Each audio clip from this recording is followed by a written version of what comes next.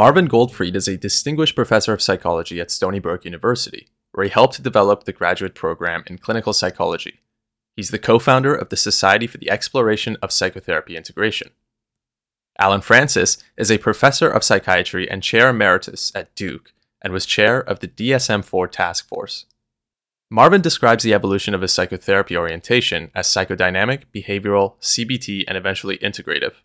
He practices, teaches, and supervises what works clinically using direct and indirect evidence base. Alan describes his approach to psychotherapy as whatever works, or no one-size-fits-all. He was trained and taught at the Columbia University Psychoanalytic Center, but remains equally interested in brief, supportive, cognitive, behavioral, interpersonal, and family therapies. Please enjoy this week's episode.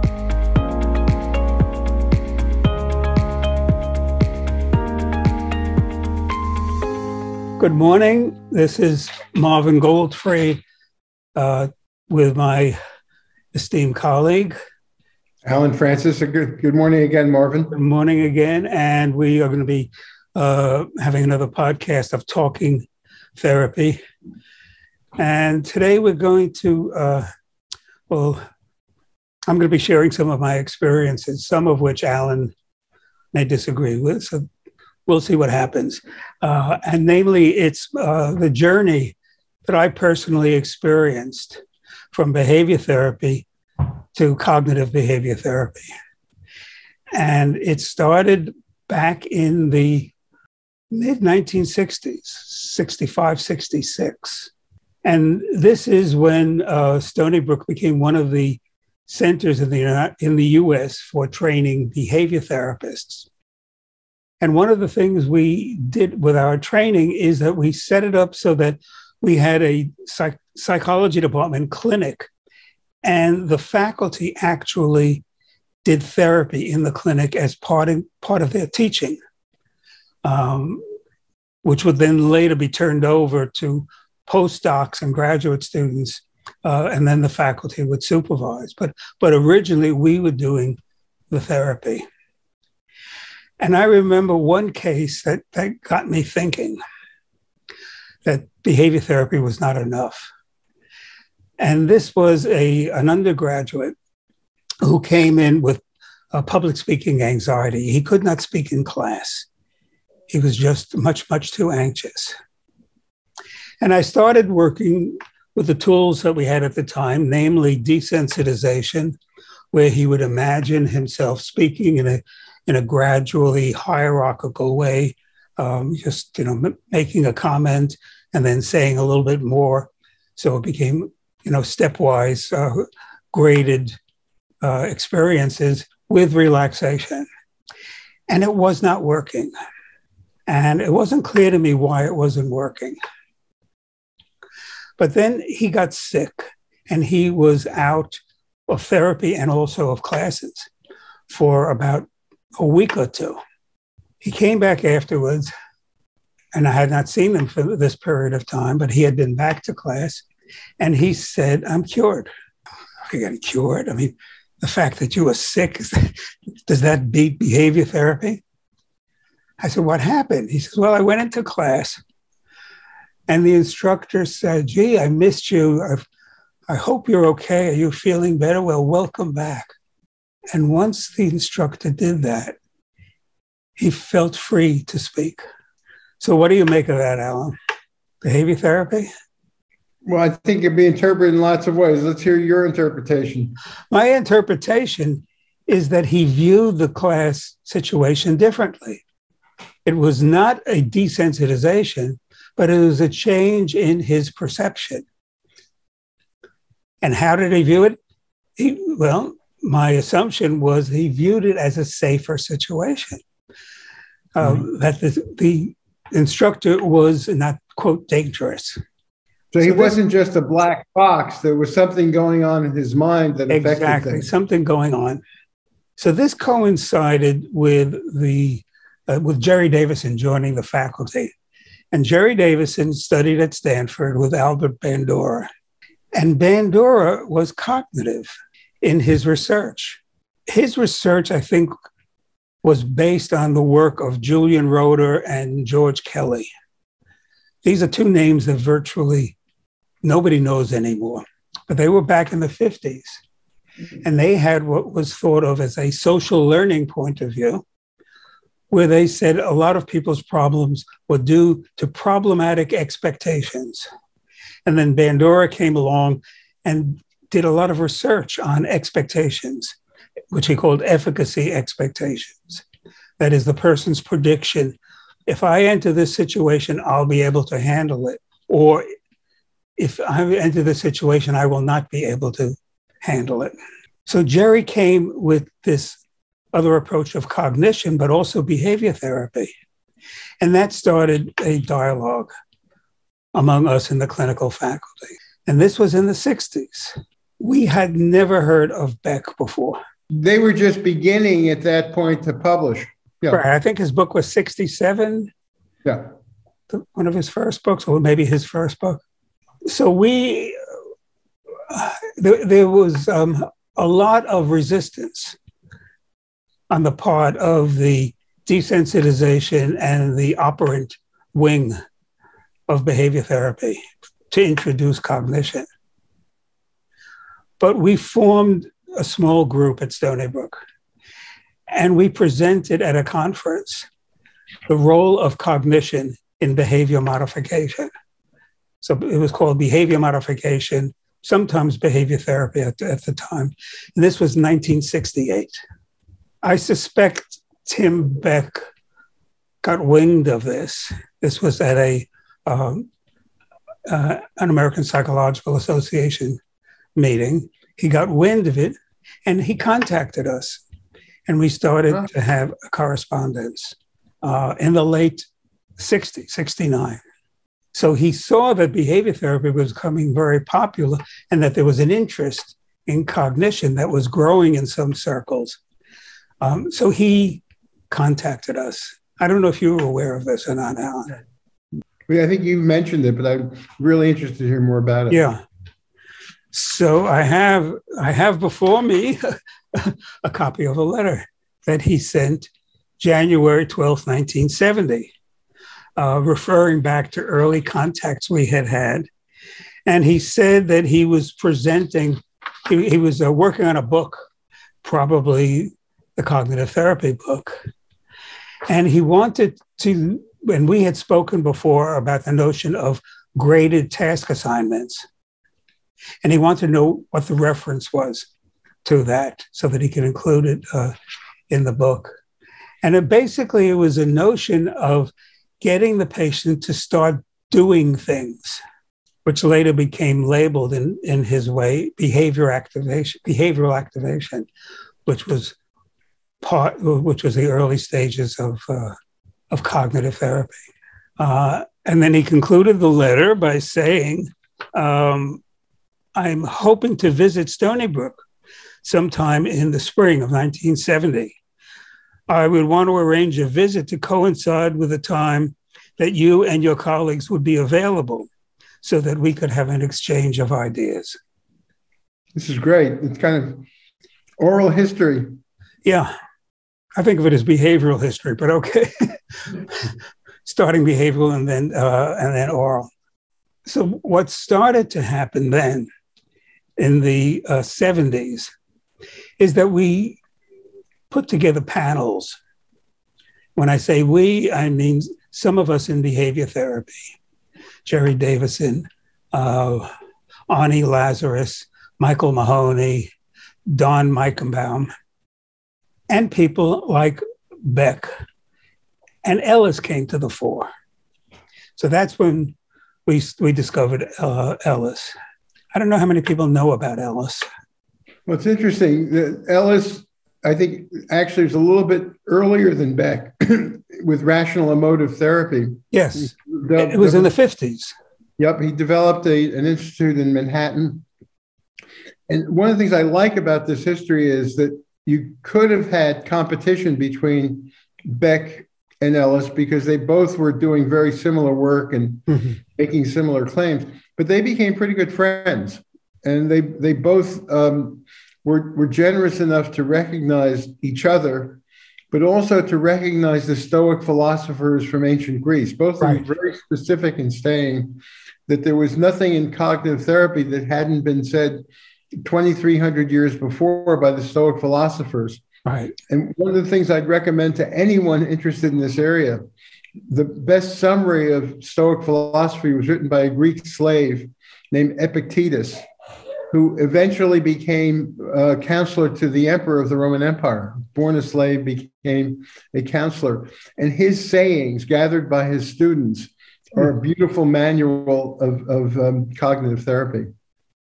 There's a famous, what was that? He's always quoted, what the people are disturbed not by things, but their view of things, or something to that effect. Exactly right. The whole concept can be summarized in that one thought, that it's not the external events that happen to you, but it's our perception. The way you react to them, your perceptions of them.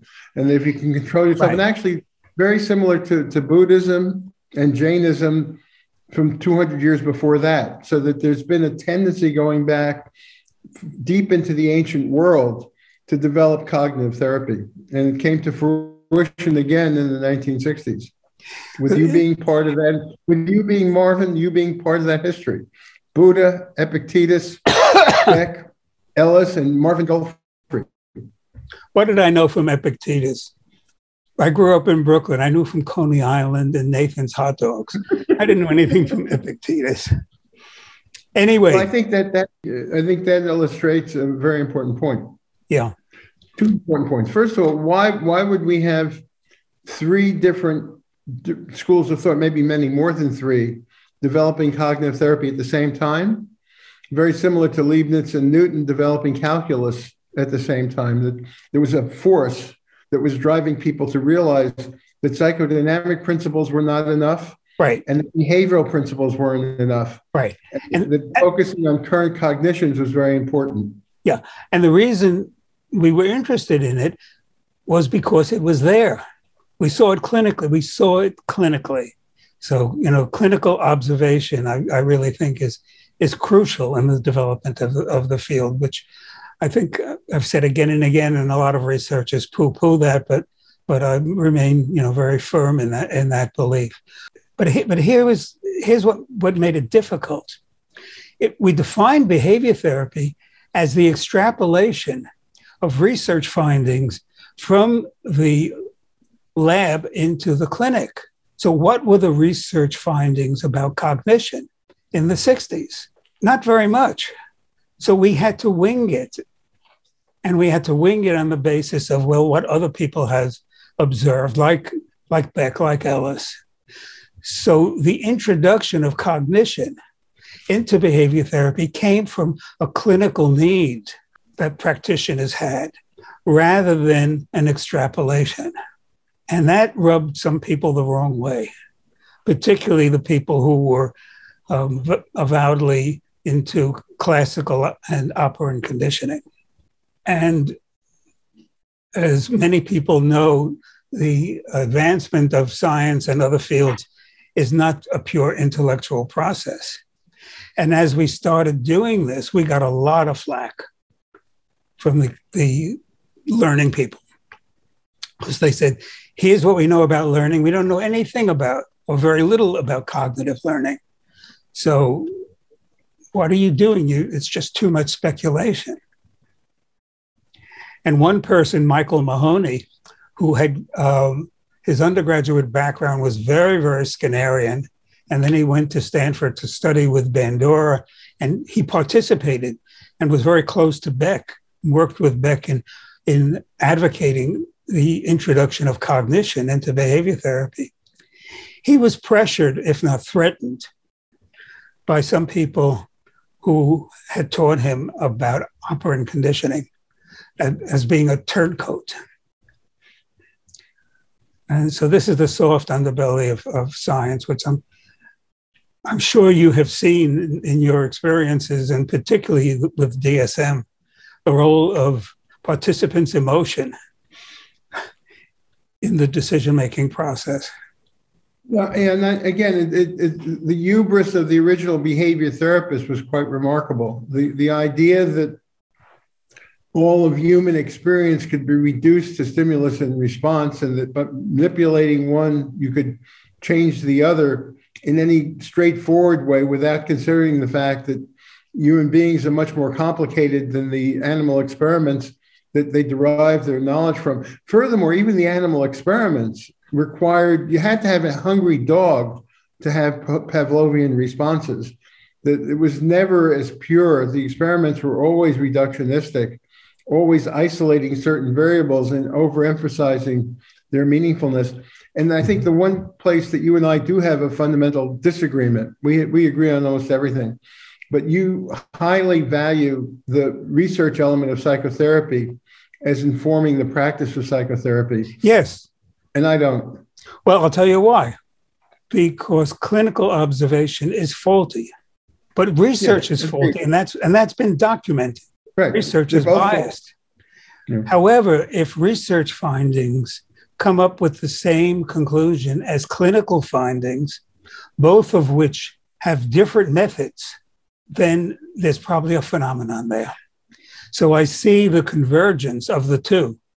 And sometimes the research is wrong, and sometimes the clinical observation is wrong. But when they coincide, I think there's a powerful phenomenon.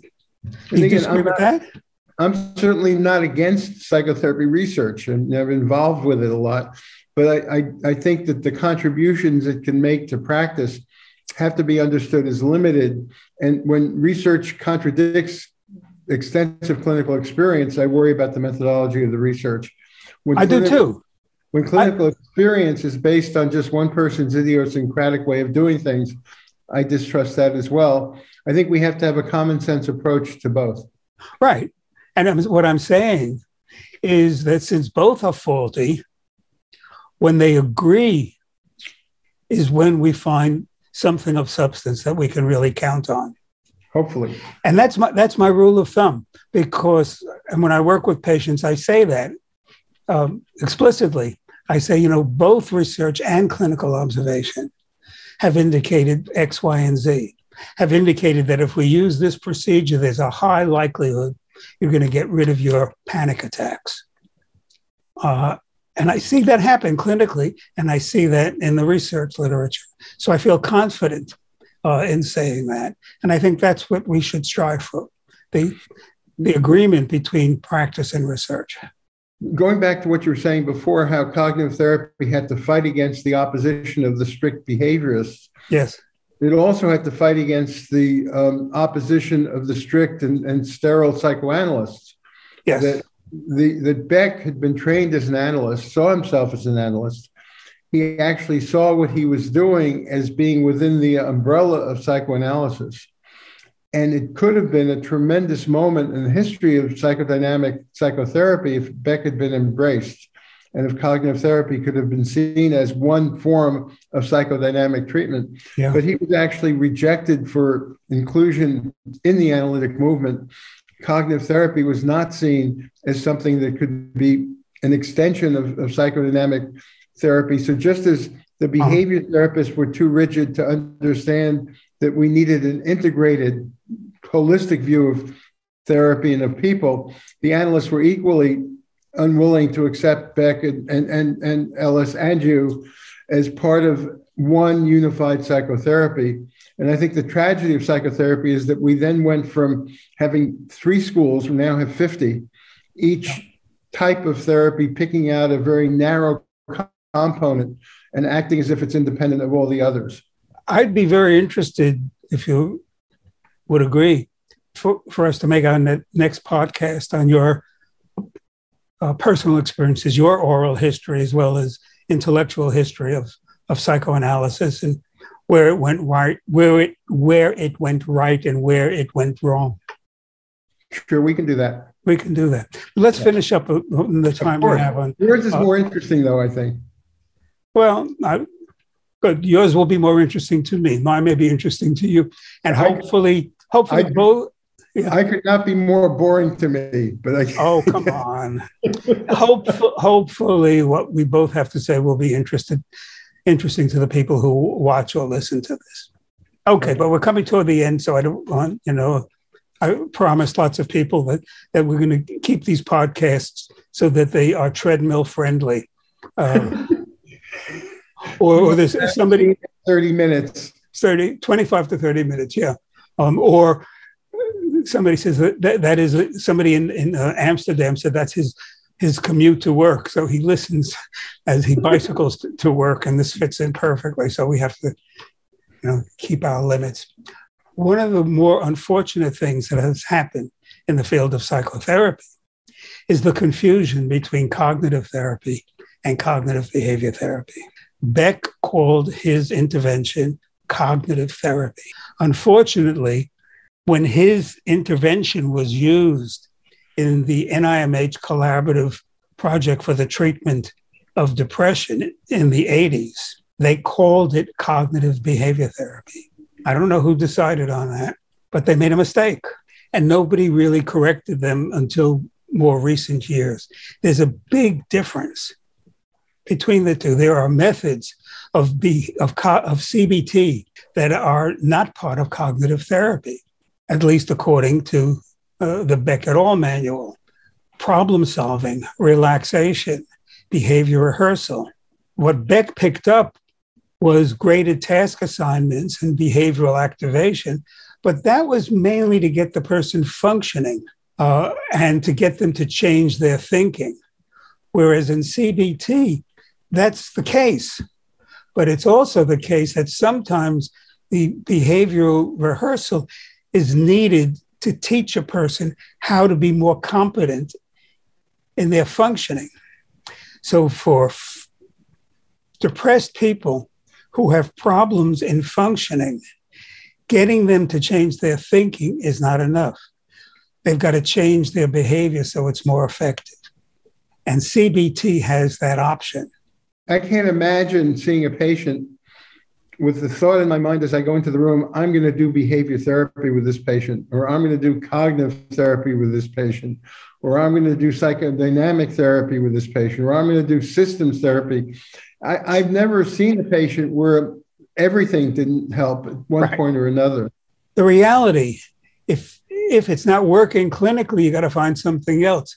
And I think there has been an evolution so that at least Judy Beck calls the intervention now cognitive behavior therapy and brings in behavioral stuff. But originally, it was not. Yeah, and even more in the last 10 years of Tim's work before he died last year, and in Judy's work now, they very much are including the techniques of recovery, which focus on goal setting for the future, on finding meaning in life, on spiritual values. That I think that the psychotherapy should be seen in the broadest possible way. And those therapists and therapies that allow themselves to be integrated with others are the ones that have the most meaning, whereas those therapies that develop walls surrounding themselves and provide a very narrow window and very narrow skill set for therapists, I think do a disservice to patients and do a disservice to the therapists because they become hammers. Exactly. They become hammers looking for nails. Right, exactly. The intervention be determined by what is required to help the patient rather than the dictates of the therapeutic school. And good therapists recognize that. In my more smart alecky moods, what I often say is Skinner was right when it comes to therapy. And he was right in the sense that when the therapists do something that works, even though it's not part of their treatment orientation, and the patient changes, the patients reinforce the therapist to use these other methods. Well, that Marvin, I'd really love for you to next discuss. When we met in the early 80s, you were already a prominent integrationist, one of the few at the time. Yeah. How did you go from what you've just discussed to seeing your life's work as being integrating the various techniques rather than having you be atomistic? For the future, but next week you're going to be talking about. No, bring that up a little bit now. Give us a preview now. We have about 8 minutes left. Give us a little preview of how you became an integrationist. Skinner was right. I tried stuff from other approaches, and it worked. Sometimes patients like to hear why they are having the problems now. So spending some time on the historical origins, even though I may have been practicing CBT, seemed to make it easier for them to understand what the change process was like and for them to cooperate. So it was really through clinical practice. But the whole integration movement, we'll talk about that. I have mixed feelings about where that came from. It started off as a wonderful young child, and we nurtured it and had it grow. But in its now later years, it seems to have been going into a variety of different directions, not all of which I'm totally happy with. But we'll come back to that. But let me just close off my comments. And here's where I am hoping to correct your thinking. There was no father and there was no mother of behavior therapy. It was a family affair. There were lots of people involved, and it emerged. And it didn't have a label until, I think, the late 70s. So the book that Jerry Davison and I wrote and published in 1976 was not called cognitive behavior therapy. It was called clinical behavior therapy. And yet we spoke about cognition a lot, but we didn't have the label for it. So it kind of came up, and I don't know where it came from, but it was probably in the late 70s. I mean, this letter from Beck was in the early 70s, and his work with us in the collaboration was in the mid 70s. So I think it evolved. Yeah. No, we agree completely on that. And I think that that's the way therapy should evolve. I think that the identification of therapy with any one person or any one style of doing therapy or any one manual reduces the fact that there's a great common wisdom across all therapeutic contexts, and that we need to be drawing from that common wisdom rather than seeing separate schools, separate founders. Sounds good. I'll just do a little quote before we end.